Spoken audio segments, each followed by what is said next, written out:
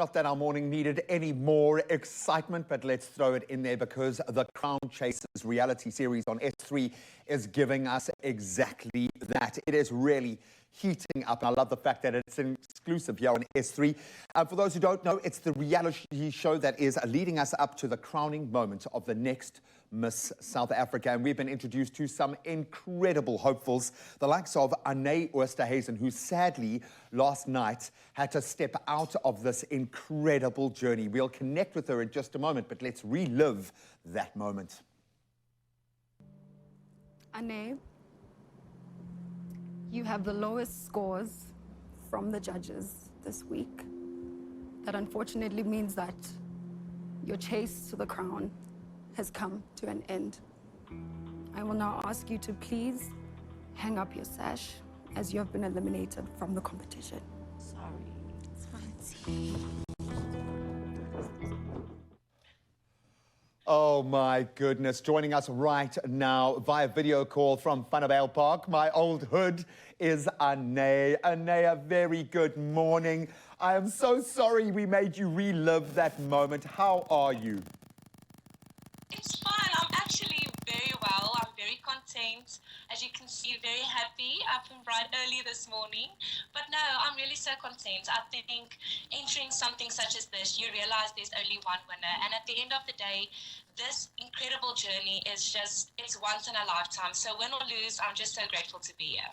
And I'm really grateful that you took the opportunity to do this, and well done. I've worked on quite a few Miss South Africas in my time, and I've had to have this conversation with all of these incredible contestants who don't win. You're amazing, and it's a subjective process. As much as, yes, we are finding one winner, it's still a group of people making these decisions, so you have done amazingly well to be singled out. I've got to ask, because every person that I connect with on this incredible journey is different afterwards. I know there have been some amazing challenges thrown into the mix. What about this journey surprised you? Oh my goodness, everything. I think walking into this, you have a certain expectation of how it's going to be. But let me tell you, it exceeded all of my expectations, the highs, the lows, everything.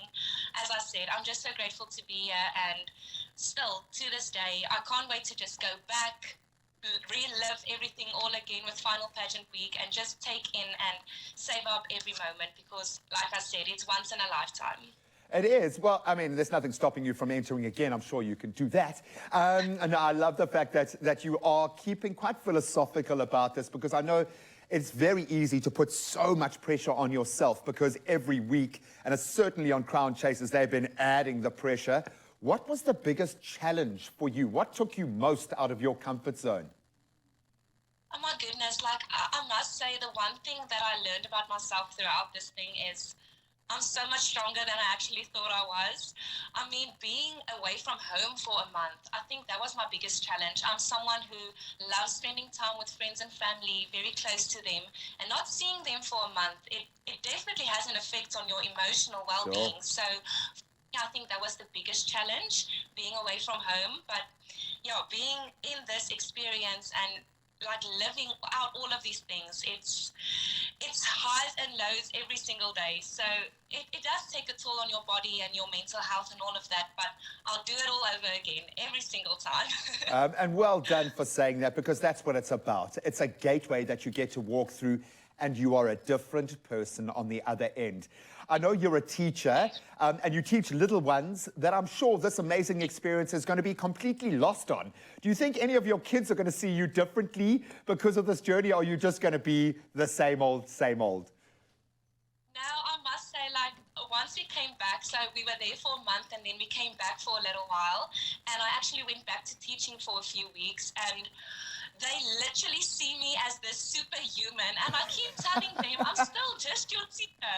No, the amount of support I receive from them is insane, and that's the thing I wanted to do with this platform. I wanted to inspire them, and I know I inspire them on a daily basis, but this is just to a greater extent, and yeah, to be able to do that, it's the biggest honor and privilege. I think it begs the question why more women aren't looking to vehicles like this. And I'm not saying everyone must enter a Miss South Africa, but you need to find ways to refill your own cup. especially in roles of service like being a teacher, where you're constantly being lent on by other people. Sometimes you've got to back yourself, lift yourself up, and just feel like this for a while. Yes, it's more pressure now. You're going to have to do your hair every time you leave the house. You're going to have to get dressed up every time you're in public. There is an expectation created. But how else have you changed? What's next for you? Is anything going to be going differently in your life now? Yes, definitely. Like I said, this platform is incredible. So I may not have won, but the amount of doors that already open for me is insane. So I will definitely still work on the things that are important to me, live out my passion projects. I am extremely passionate about creating awareness of bullying and just inspiring, especially our youth, to make them realize that, you know what, you don't have to live up to the expectations that society creates. And I want to use my voice to go out and inspire them, like go to schools, have workshops. That's my aim. So I'm definitely going to put more work into that. And yeah, I think just be the best version I can be. I think having this opportunity, I must use it now. And I'm excited to see how this will play out.